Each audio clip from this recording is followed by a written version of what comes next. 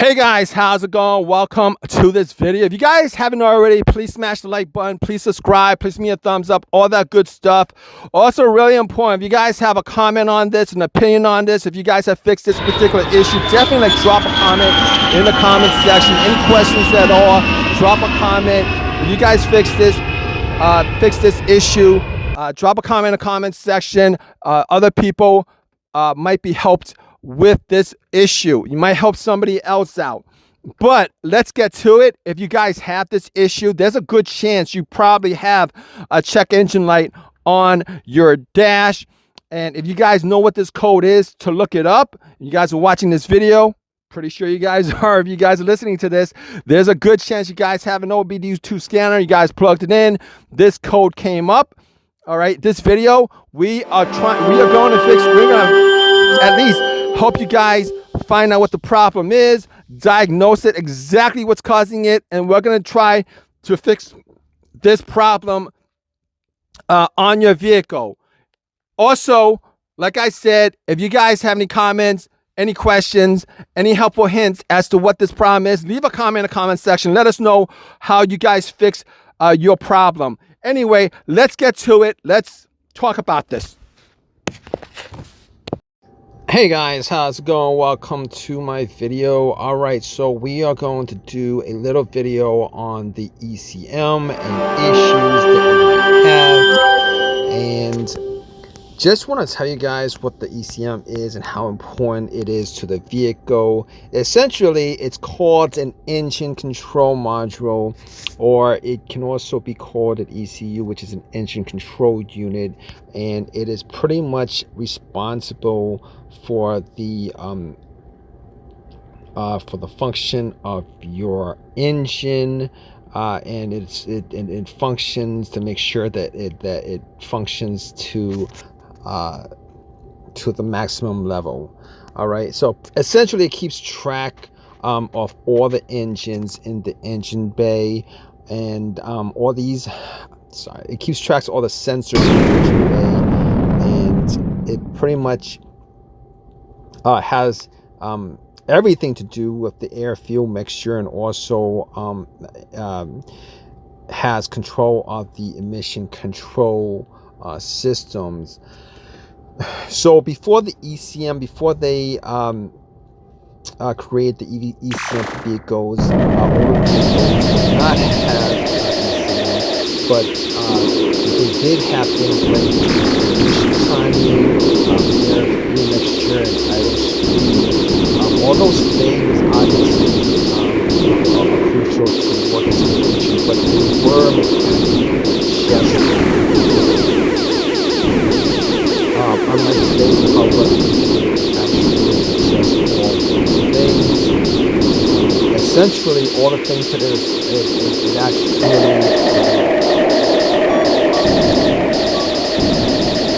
controls. It actually controls the air fuel ratio.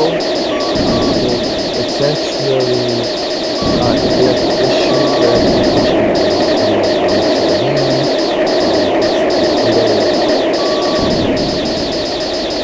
it'll change up when it can. It'll try to change up the mixture so that it works as properly as possible. And sometimes if you have issues with oxygen sensors, etc., obviously that's going to affect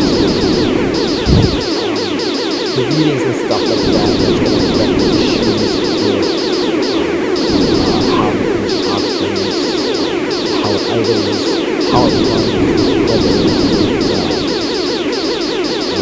cranks it, whether it runs, whether it should frog, etc. All those things is pretty much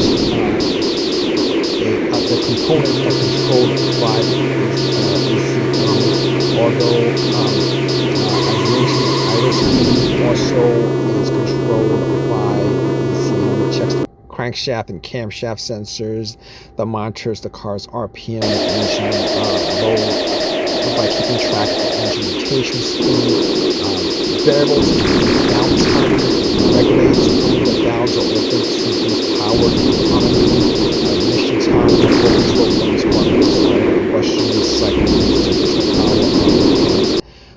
fuel economy. So essentially, these are just some of the things that the ECM controls, and if any of those things have issues because of sensors or whatever it is that could cause the issue, it could also be a bad ECM that causes those issues, where it causes the engine to stall and misfires, because the ECM actually controls all those things. So let's go down the list of what happens if you guys have either a bad ECM, a bad ECM relay. Do you guys have this issue? You guys could have an inability to start the vehicle, and you guys have significant issues with ECM. Might not be able to start off, complete ECM failure, so the car is not going to start as it's missing important might not always be attributed to ECM, but a lot of times the ECM could be the cause of the issue. You could also have poor engine performance. One of the certain signs of poorly functioning ECM is poor engine performance itself. You notice that it will begin to have bad timing and won't be able to receive as much power because there'll be misfires and stuff like that. You also have inefficient fuel economy. When the ECM is not working properly, the engine doesn't receive any information about how much fuel to burn in the combustion process. Then you have issues with that. Obviously, something this serious as far as the ECM issues is concerned, most of the time you get a check engine light that turns on. It'll give you a code. You could also have an engine that shuts off on you while it's driving, or when it's idling. But before you guys figure that it's the ECM that needs to be changed out, you guys definitely should look at the ECM relay.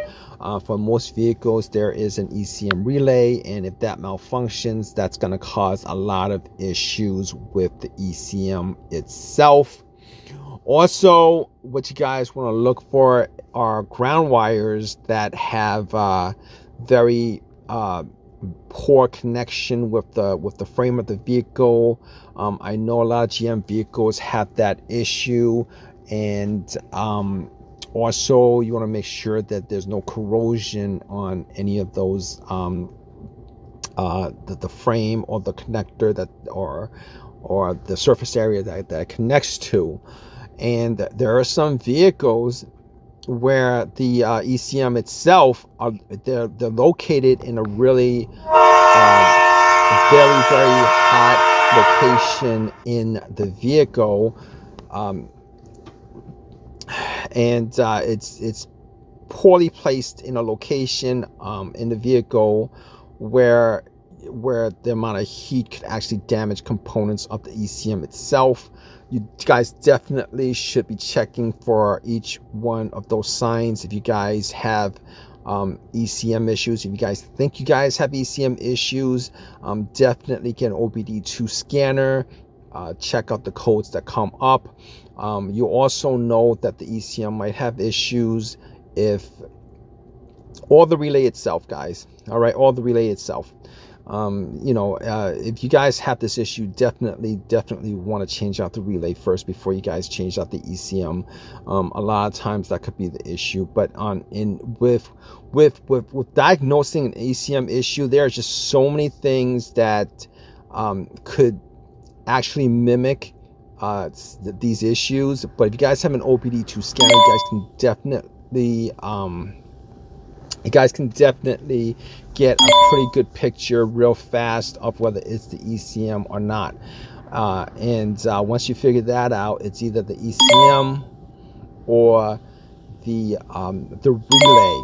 But like I said before, definitely if you guys have any of these issues, you guys should definitely check the grounding and where it's grounded to, just make sure that it's clean, it's free of corrosion, and it's tightly connected to the frame. But in any case, hope you guys out. If you guys have any questions, definitely leave a comment in the comment section. If you guys have any of your own personal experiences with this, definitely leave a comment in the comment section. It might help somebody else out. All right, guys, take care.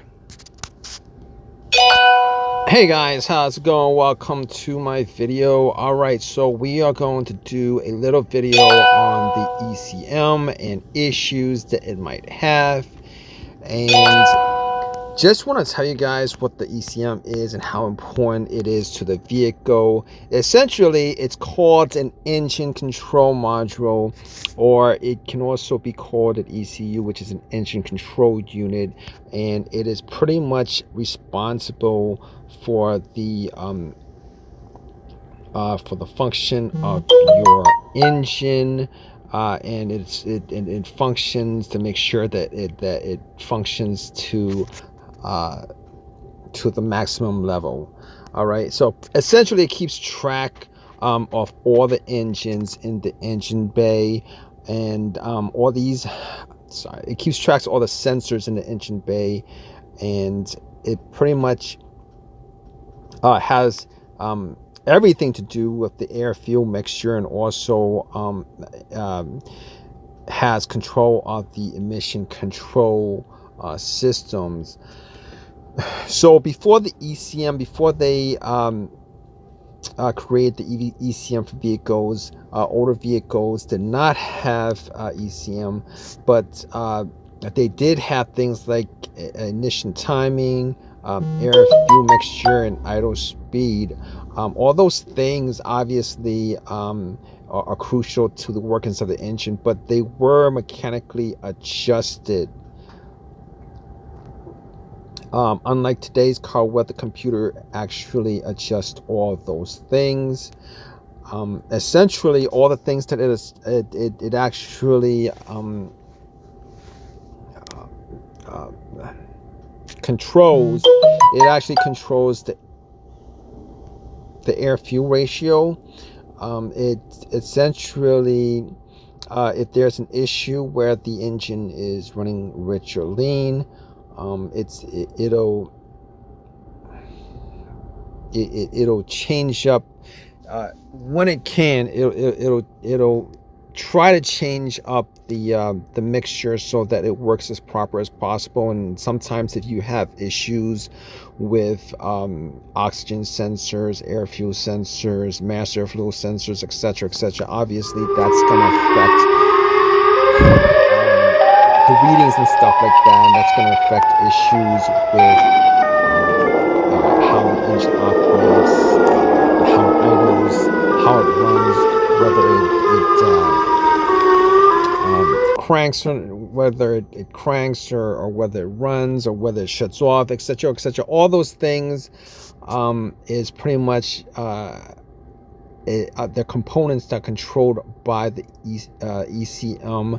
Although as mentioned, idle speed also is controlled by the ECM. It checks the crankshaft and camshaft sensors, that monitors the car's RPM and engine load by keeping track of the engine rotation speed. Variable valve timing, it regulates when the valves are open to boost power, fuel economy. Ignition timing, full control of when the spark plug is fired, and the combustion cycle leads to additional power of enhanced fuel economy.